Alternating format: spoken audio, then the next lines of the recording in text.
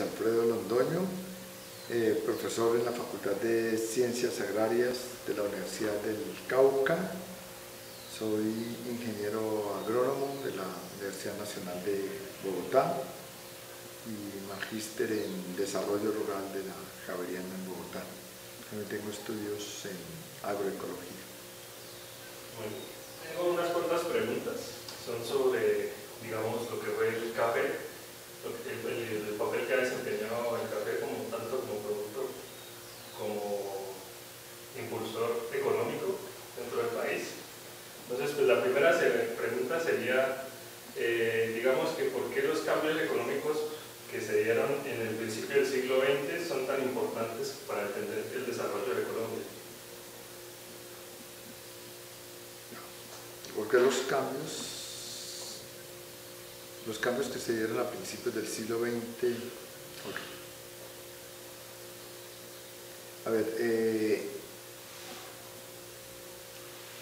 digamos que hay un cambio muy importante en términos de la economía y el sistema económico y para la historia del suroccidente, que es más o menos hacia 1880. Primero que todo, pues hay un declive de los precios del oro que hace entrar en crisis de alguna forma al Cauca y ese estado soberano del Cauca y ese gran Cauca. Por otro lado, desde más o menos 1850 empieza Colombia o sea, una economía agroexportadora que se va a consolidar realmente hacia 1880. Hay que recordar que prácticamente el país había vivido 4 siglos dependiente de prácticamente unas economías extractivas del oro y unas economías de enclave y unas economías de bonanza, como lo llaman algunos autores, Ernesto Tovar, entre otros, por ejemplo, que paralelo a esa economía del oro, pues tenemos las bonanzas de la quina, las bonanzas del añil, la del tabaco, y realmente el país va a empezar a tener una economía diferente a partir de 1880, cuando vamos a empezar a hacer o a entrar a hacer economías agroexportadoras. Es decir, para mí realmente empezamos a hacer agricultura y a que la agricultura empezara a ser un renglón económico permanente y estable a partir de ese momento. Y digamos que van a haber 2 productos importantes en ese momento y que van a tener mucha importancia para la región, que va a ser el azúcar, como empieza en el valle geográfico del río Cauca ya una economía a partir del azúcar para la agroexportación, y el café. Hay diferentes formas como se va a desarrollar esa caficultura en Colombia, pero sí va a ser un momento trascendental. Entonces empezamos a partir de ese momento a vivir de la agricultura, bueno, vivir no de la agricultura, sino la agricultura va a empezar a ser un renglón importante de la economía y cambiaría las dinámicas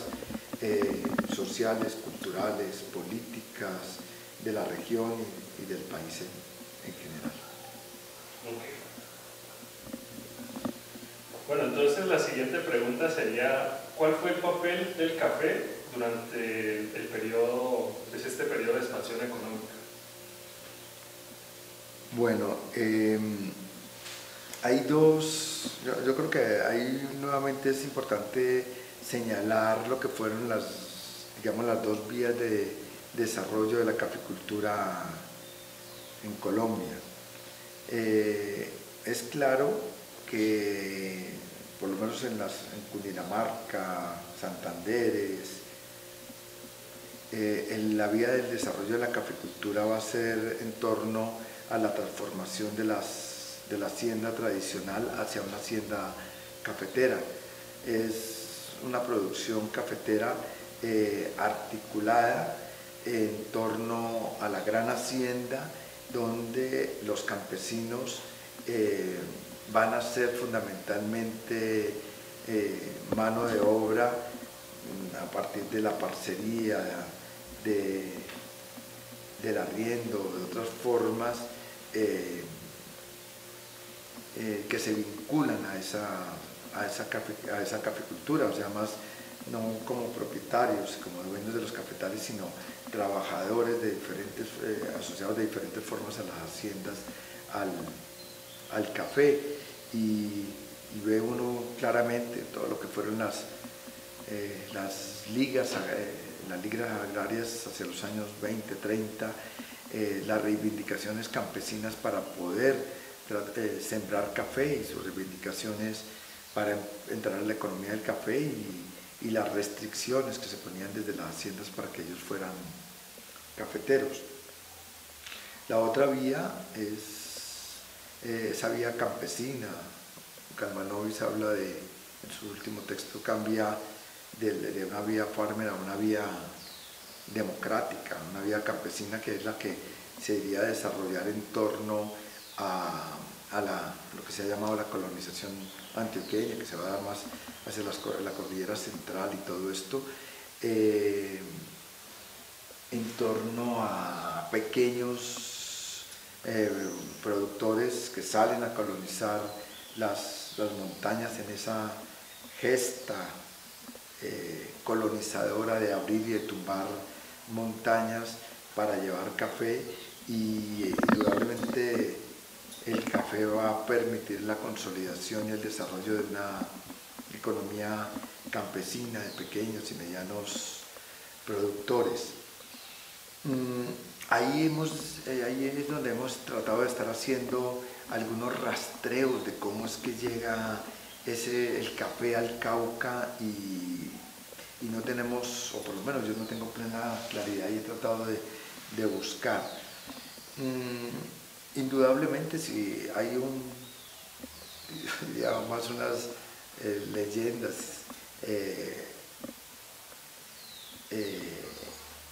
y unas leyendas que indudablemente pudieron haber sido ciertas, de que la caficultura se inicia en el Cauca. Yo lo que he encontrado es que indudablemente al Cauca pudieron llegar desde 1700, 1600, 1700 plantas de café, y pudieron haber pequeñas parcelas de café en torno a los seminarios y a los jesuitas y otros haber tenido, pero de ahí a decir que se desarrolló la caficultura caucana, tengo mis dudas. O sea, uno encuentra en los relatos del Comité de Cafeteros del Cauca esos reportes de matas, de huertos con café, y que en el Cauca era el primer sitio que se desarrolla esa caficultura. Yo creo que hay que seguir explorando, sin negar de que hubiesen esas plantaciones, pero que se desarrolla la caficultura. Lo que es cierto es que ya desde 1880 y esto empieza uno a tener reportes de que el café era importante para las comunidades negras del norte del Cauca. Es decir, que el café, todos estos negros que habían quedado de alguna forma, que los había liberado las haciendas del norte del Cauca, cuando uno lee, encuentra que el café y el cacao eran importantes en la economía de las comunidades negras del norte del Cauca, y nota uno claramente reportes hacia 1910, 1920 de la importancia del café y del cacao como productos comerciales, junto con el maíz, con el plátano, la yuca, frutales y otros productos. ¿Cómo llegó ese café a las comunidades negras del norte del Cauca? Creo que es una pregunta interesante y un tema investigación. Igualmente encuentra unos reportes del desarrollo de la caficultura o de cafetales, por lo menos en zonas como Jambaló, Toribío, en haciendas y en una forma que María Teresa Fingi llama y que yo alcancé a ver en zonas de Jambaló, Chimicueto, por ejemplo, donde eran hacendados, pero era un hacendado muy particular porque era un hacendado que trabajaba, eran hacendados que jornaleaban, que iban a coger café junto con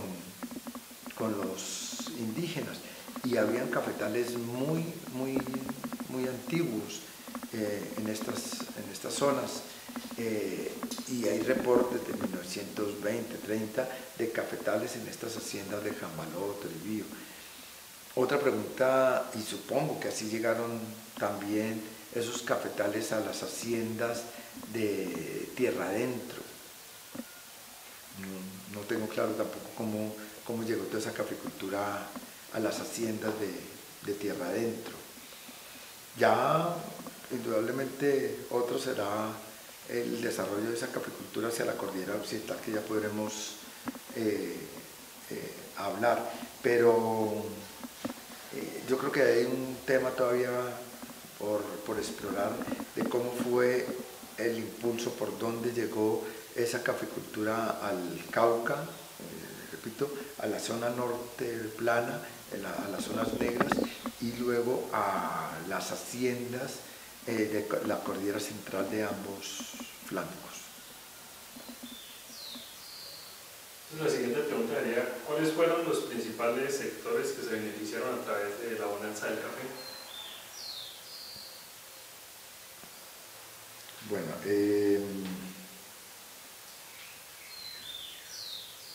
digamos que la historia de la caficultura tiene un cambio importante que después de la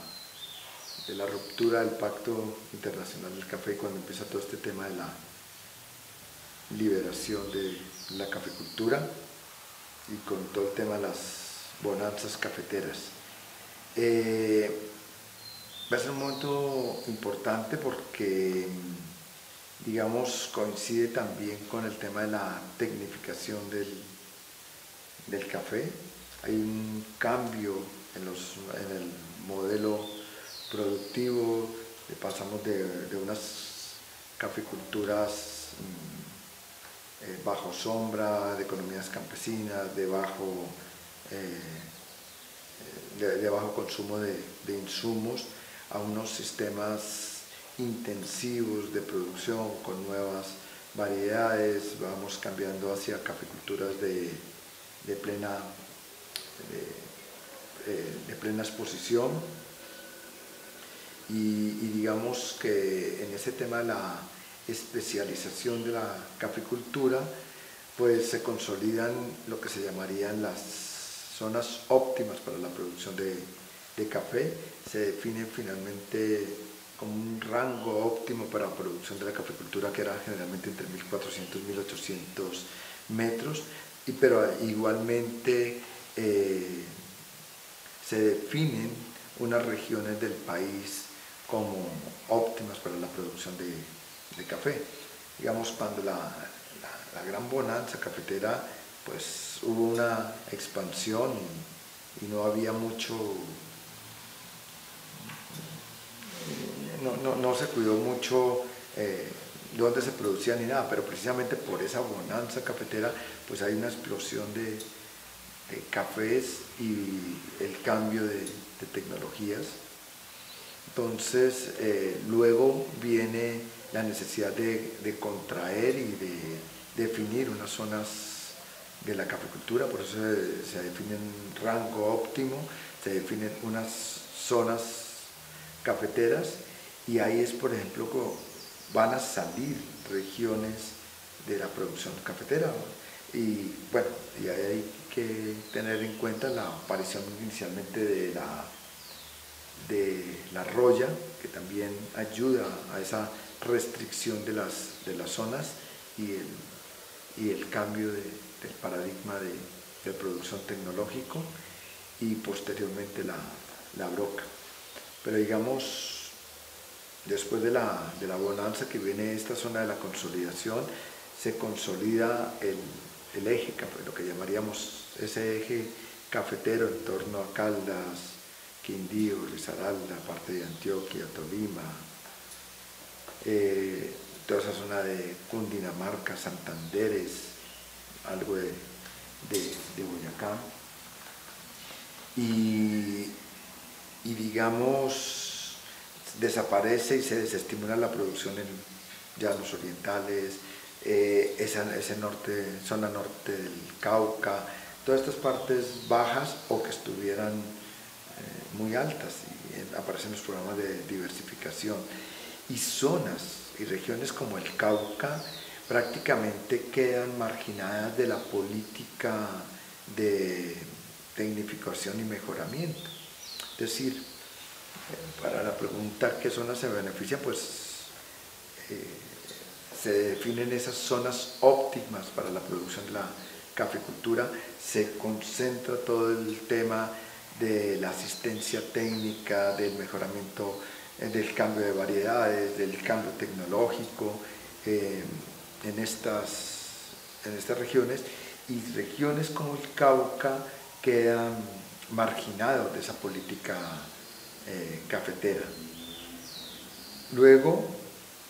de toda esa bonanza y ese boom de la caficultura, pues viene la caída de los precios internacionales del café, y prácticamente va a durar una década toda esa crisis cafetera, al lado además con temas de tasas de cambio. Eso hizo que esas zonas que habían hecho esa caficultura intensiva, altamente dependiente de insumos, sobre todo de mano de obra, con altos costos incluso de la administración, porque muchas veces los dueños ni siquiera vivían en esas fincas, hizo que esa zona cafetera entrara en crisis y tuviera que buscar, por ejemplo, la diversificación hacia el turismo o a otras zonas. Paralelamente, estas regiones como el Cauca, que estuvieron marginadas de esas políticas, yo diría que precisamente por esa marginalidad hizo que organizaciones campesinas, organizaciones indígenas, incluso con cierto apoyo de algunos programas de sustitución de cultivos, empezaran a explorar primero otro tipo de mercados no vinculados a la federación, y segundo, empezar a explorar mercados que empezaron a reconocer ciertos tipos de atributos a esa caficultura, es decir, cafés para sustitución de coca, cafés producidos por organizaciones sociales, comunitarias, cafés con ciertas características de conservación del ambiente. Y esas caficulturas que estuvieron marginadas de la institucionalidad cafetera, empiezan a ganar unos mercados, empiezan a ganar un reconocimiento, empiezan a generar otros tipos de sistemas de comercialización, y empezamos a hablar de unos cafés especiales, y la institucionalidad reconoce esas características en esos mercados, y yo creo que ahí es donde empieza a cambiar ya la historia de la caficultura del Cauca y del suroccidente. Esos sistemas de producción que se consideraron en algún momento como caficulturas marginales, caficulturas que no tenían espacio en ese boom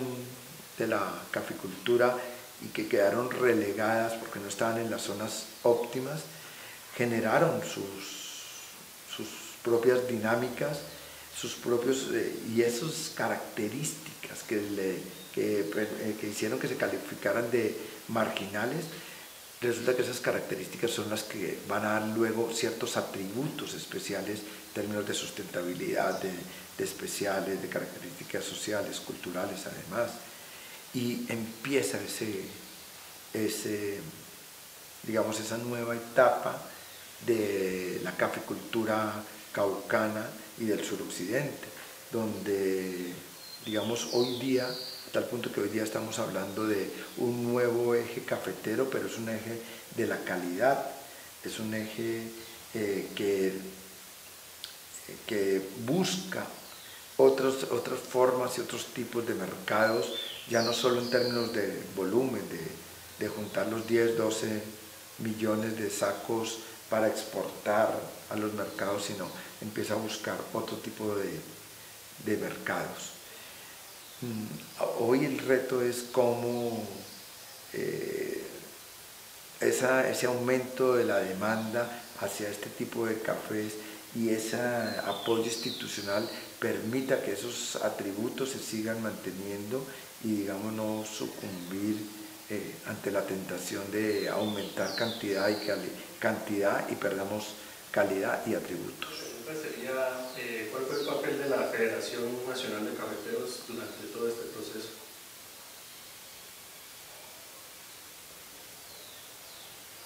Bueno, indudablemente la Federación Nacional de Cafeteros es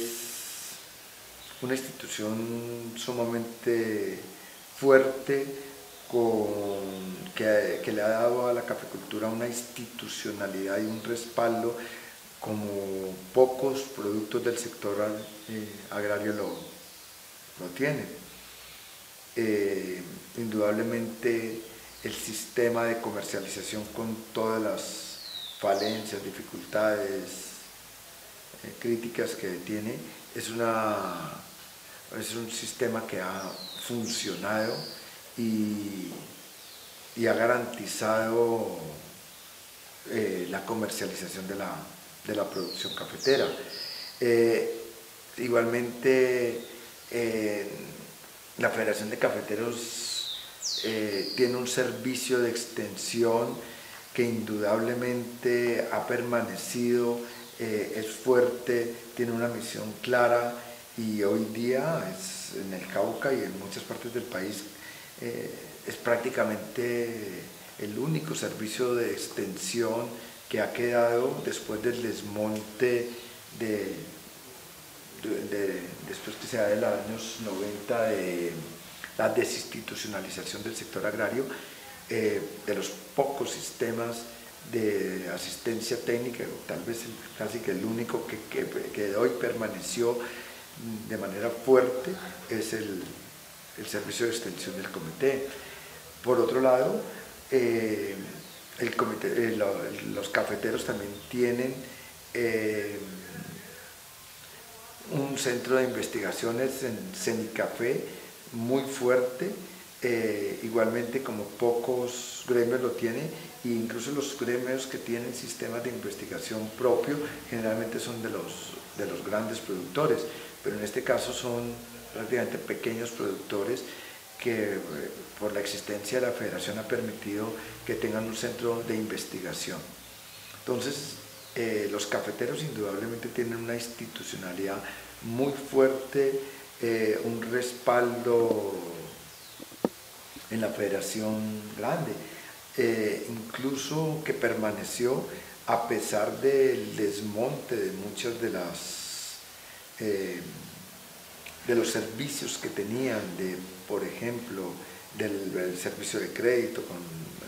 el sistema bancario, tenían flota mercante gran colombiana, tenían,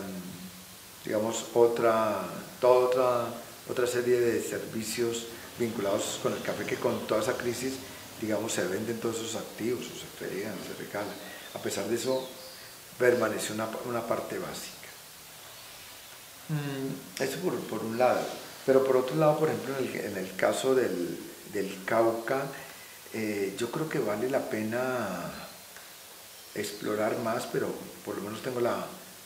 hipótesis de que el desarrollo de la nueva caficultura caucana a partir de esos mercados especiales de esos atributos se da, yo no sé si a pesar, sino sin el apoyo y sin la presencia de la federación. Fue más bien a partir de las organizaciones sociales, a veces con apoyo de cooperación internacional, a veces incluso en el sur, en algunas partes con los programas de Naciones Unidas en su momento de sustitución de ilícitos, y es más bien la federación la que llega luego y reconoce esas características, esos nuevos mercados que se están abriendo, esos cafés especiales y esa caficultura que en un momento dado se despreció o por lo menos no se le paró bolas. Llega la federación a reconocerlo, a institucionalizarlo, a fortalecerlo, y digamos que en ese sentido el Comité de Cafeteros sí ha tenido la habilidad de no solo de reconocer, sino de apoyar y de entrar en ese tipo de caficultura. Hoy día yo creo que para mí se están viviendo varias tensiones al interior de la Federación de Cafeteros. Primero, han surgido, por ejemplo, todos estos nuevos departamentos, Nariño, Huila, Cauca, de pronto la Sierra Nevada de Santa Marta, por ejemplo, que eran zonas que no eran cafeteras, que no tenían una tradición, una institucionalidad cafetera, y están reclamando sus espacios al interior de la federación, donde departamentos, Antioquia, los del eje cafetero, Cundinamarca, pues quieren seguir teniendo su hegemonía. Por otro lado, esos nuevos retos que está planteando la caficultura, pues puede estar generando también ciertas tensiones dentro de la misma federación. Como les decía, ellos tienen un centro de investigaciones, CENICAFE, que digamos que ha producido para un modelo de caficulturas intensivos, para un modelo de caficulturas, por ejemplo, a plena exposición, altamente dependiente de insumos, y que el eje principal de la economía de las familias es el café. Y en regiones como el Cauca, Nariño, las mismas organizaciones, el tipo de caficultura es una caficultura, por ejemplo, donde el tema de los árboles es importante, donde el tema de la diversificación de la economía y de las fincas es importante, donde el productor cafetero nada tiene que ver con el imaginario y las características del cafetero tradicional, producto de esa colonización del centro del país. Nuestra caficultura, la caficultura caucana, pues es una caficultura que le hacen indígenas, campesinos, afrodescendientes, en territorios altamente diversificados, con fincas diversificados, donde el café es uno de los productos importantes, por supuesto, pero no el único. Hay un tema que puede ser simbólico de esto: Juan Valdés. Juan Valdés es un ícono indudablemente reconocido mundialmente de lo que es la caficultura, pero ese Juan Valdés representa un tipo de caficultura asociado a un proceso histórico, a una arquitectura, a un tipo de paisaje, indudablemente a la colonización, un Juan Valdés de origen, digamos, paisa, colono, con la mula, con un tipo de arquitectura que para nada representa al caficultor caucano del suroccidente, caficultores negros, caficultores indígenas, caficultores colonos que comen cuy, no bandeja paisa, que se movilizan, que la mula no hace parte de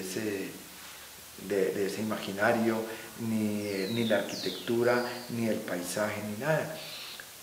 Eso, pues, por ejemplo, implica que esa institucionalidad de la Federación de Cafeteras o de los cafeteros estén en tensión con el surgimiento de estas nuevas caficulturas, que como digo, no es solamente en términos productivos ni nada, sino otra forma de producir, otra forma de simbolizar el café. Pregunta es, digamos, ¿qué hubiera sido, usted qué pensaría de qué hubiera sido pues, de Colombia si el café no hubiera estado presente? Bueno, yo creo que el café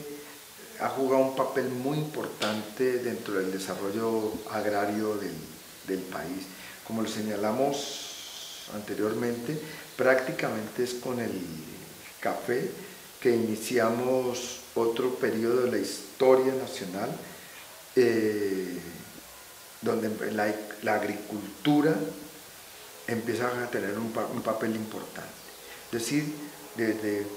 1492 hasta 1880 prácticamente vivimos unas economías extractivas desde partir del oro, los minerales, y con estas economías de enclaves extractivistas de bonanza. A partir del desarrollo de la caficultura y otros productos, algo de la ganadería, el azúcar que decíamos anteriormente, bueno, las bananeras y todas estas economías de enclave, pero digamos con el café sí hay una ruptura importante en el término de la economía del país. Igualmente hay una reconfiguración del territorio nacional, como les decía, una es la historia que se va a vivir sobre la cordillera oriental, donde la caficultura entra a cambiar todo ese régimen hacendatario. Ligado al café van a aparecer las ligas campesinas en términos de organización, los ferrocarriles van a trazarse en buena medida buscando cómo sacar este café hacia los puertos. Aparecen algunas ciudades, en algunas ciudades aparece una clase obrera, o por lo menos unas mujeres obreras vinculadas al café, aparte de las textiles, que eran todas estas mujeres que seleccionaban café y van a aparecer entonces en términos obreros, en términos de ligas campesinas. En la zona de lo que se llamó la colonización antioqueña, pues igualmente el café va a significar un nuevo proceso de ocupación, de economía, de configuración del territorio a partir del café. Entonces, indudablemente, la aparición del café va a significar unos cambios importantes en términos sociales, económicos, políticos, culturales. La base, desde después de ese 1880 hasta, podríamos decir casi que de la década del 70, buena parte de la base de la economía nacional, por lo menos como uno de los principales productos de exportación y de las fuentes de divisa del gobierno, pues era lo derivado del café, a tal punto que la Federación Nacional de Cafeteros, más que un gremio privado, era una dependencia del mismo gobierno. La buena parte de las políticas del Banco de la República se daban en torno al café, las tasas de cambio, todo el tema de la balanza comercial y todo, pues lo definía el café. Ya después de los 70 ya van a aparecer otros productos, y después de los 90 pues volvemos de alguna forma a hacer unas economías extractivistas a partir de los minerales, del petróleo, carbón, níquel, oro, pero aún, sin embargo, el café sigue teniendo una importancia económica en términos de la cantidad de mano de obra ocupada, en términos de el encadenamiento productivo que tiene en términos de transporte, de embalajes, de cosecheros, de todo esto. Entonces, indudablemente el café ha jugado un papel muy importante, y para hablar del suroccidente y el Cauca en particular, pues digamos, este auge y despunte que va a tener la cafecultura después de los 90 en el Cauca, como haciendo parte de nuevo eje cafetero, pues indudablemente le ha dado otra dinámica a esta región, tal punto que por lo menos para el departamento del Cauca empieza a ser uno de los renglones económicos más importantes y más dinámicos. Está cambiando el paisaje, está cambiando las dinámicas económicas, digamos, los equilibrios económicos en la región.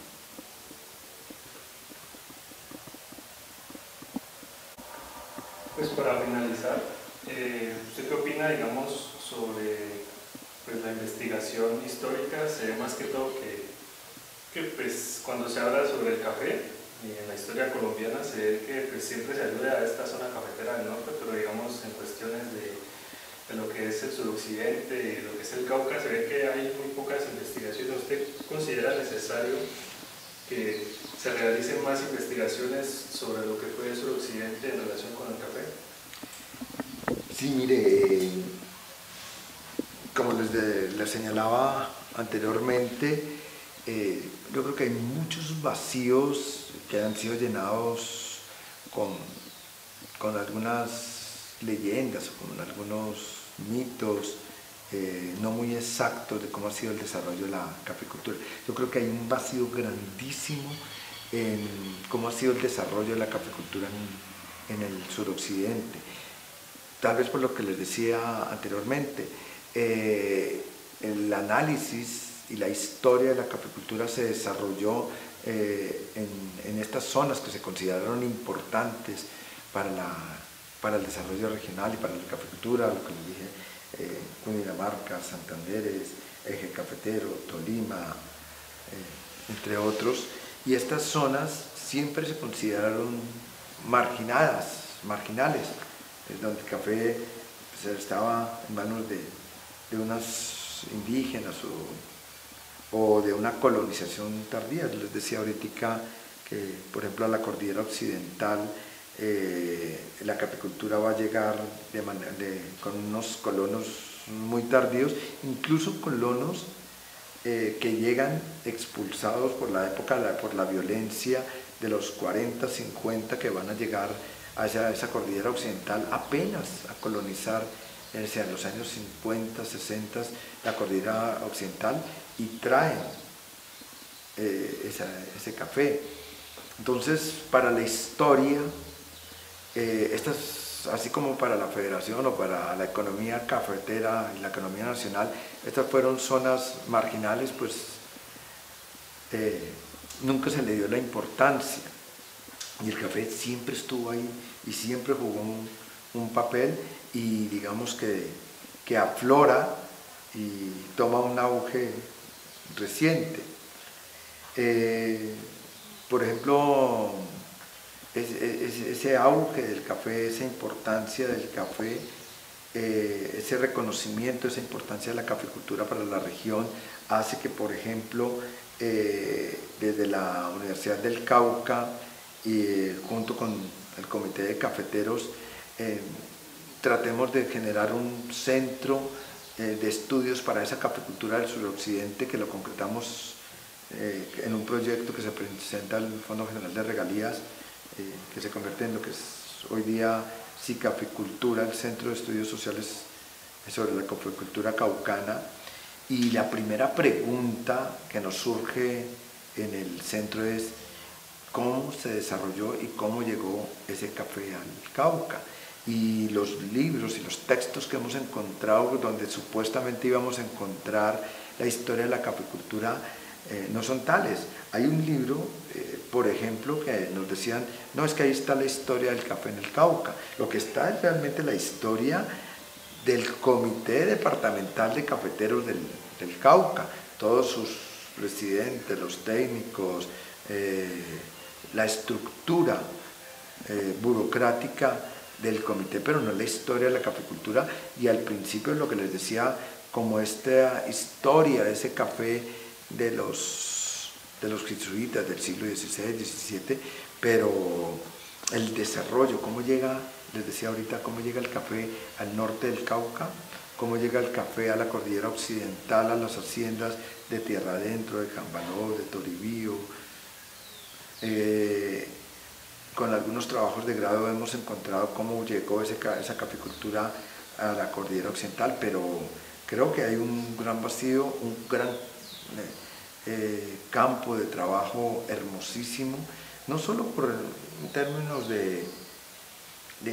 un conocimiento per se o de una historiografía per se, sino precisamente porque estamos tratando de darle o encontrar o mostrar cuál es la identidad de esa caficultura, cuál es esa importancia de esa caficultura, cómo aprender de esa otra vía. Si nos dijeron que había dos vías de desarrollo de la caficultura, la hacendataria y la campesina democrática, pues aquí en el suroccidente yo creo que hay otra vía otra vía de desarrollo de la caficultura que vale la pena explorar y todo, y que más, que creo que no es una sola vía de cómo se desarrolla esa caficultura en el Cauca. Muchas gracias. La montaña, trotando entre la tierra y sus entrañas, desfila un carnaval que va aromando en el lugar donde germina el fruto de mi cafetal. Los granos del café que van meciéndose al vaivén que marca el paso de la mula al